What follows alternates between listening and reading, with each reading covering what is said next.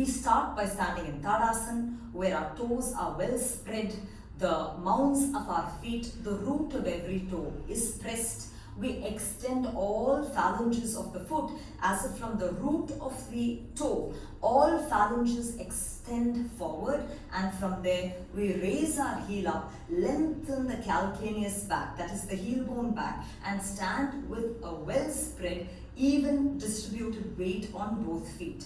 Doing that, we lift our kneecaps up by holding our quadricep firm, as if the quadricep moves from the knee end up towards the groin end, and by that gives a certain firmness to the leg, where the quadricep then integrates towards the femur, and the femur moving back, spreading the back thigh.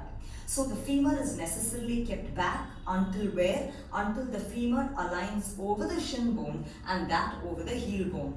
The outer corners of the groin must be kept spread. The outer corners of the groin mustn't sag forward. They open as if they're spreading right to right side, left to left side, keeping the region of the pelvis well opened. From there, raising the region of the abdomen up, raising the chest up, spreading the shoulders back, lowering the shoulder blades down, and creating long arms charged until every fingertip. We stand in Tadasana. Take our hands in front of our chest, elbows slightly back, outer corners of the diaphragm lifted, traversing Urdhvastasana and Parshvastasana. We jump, open our leg apart. If you can't jump because you have joint problems in the leg or any leg related, spine related, abdomen related ailment, you only step your legs wide. Now here, in order to show the action specifically on the femur and how it integrates with the spine, influences the spine, I will take my hands on the waist. Now, very many times you will see for a beginner the legs slide. The legs start to not be able to hold, they start to slide as if that grip doesn't exist. In order to create that firmness in the foot, it's important to have the outer edges, that is the little finger side, little toe side of the foot well pressed, for which the arch needs to be opened.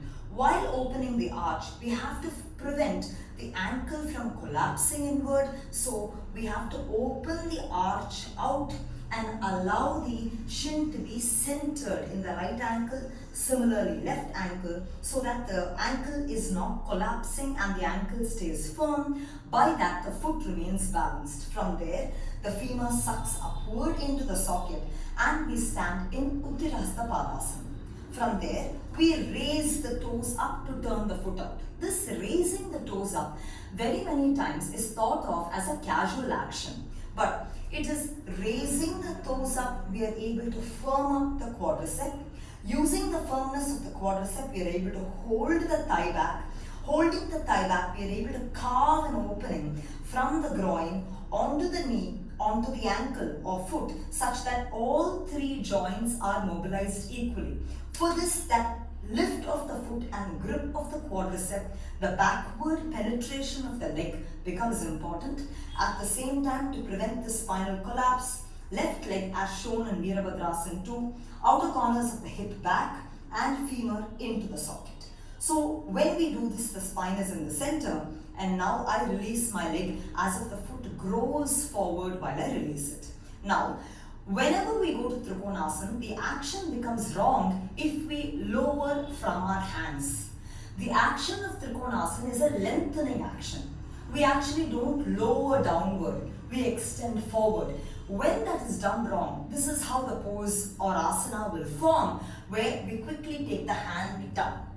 When we take the hand down, you can see the lower side of the spine is extremely crushed. The upper side of the spine becomes convex, crushing the lower right side of the spine, and the body itself starts to hang without indicating any extension.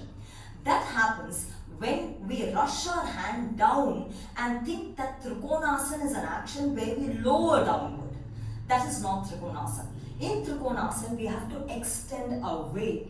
The action is going toward the right wall. So standing, completely feet organized. If I take my right hand away, I think that the waistline, the floating rib to armpit, everything extends into the extension of the arm, then I consciously go lengthening the spine. lengthening the spine. And then when I take my hand down, we'll be able to see that the right side of the spine and the left side of the spine are evenly lengthened. There is no crush.